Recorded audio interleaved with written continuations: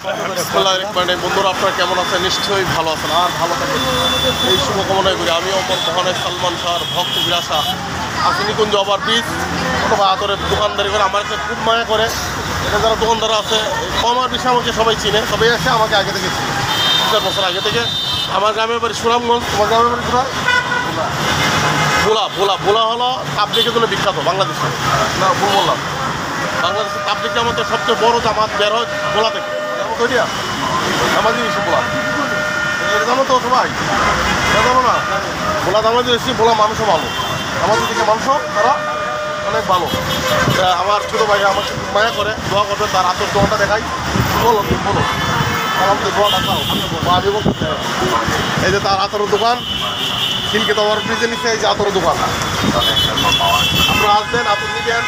এটা সব ধরনের আতর, দামি কম দামি দেশি বিদেশি সব আতর, পারফিউমও আছে। এই যে পারফিউম, আসবেন তার কাছে সবাই। বন্ধুরা সকলে ভালো থাকুন, সুস্থ থাকুন, সুন্দর থাকুন আর নিরাপদে থাকুন। খিলক্যাত নিকুঞ্জ ওভারব্রিজ থেকে আমি সালমান মুক্তি রাশা বিদায় নিলাম। নতুন কন্টেন্ট নিয়ে এসে হাজির হবো। আর একটু রুট দেখেন, ওকে?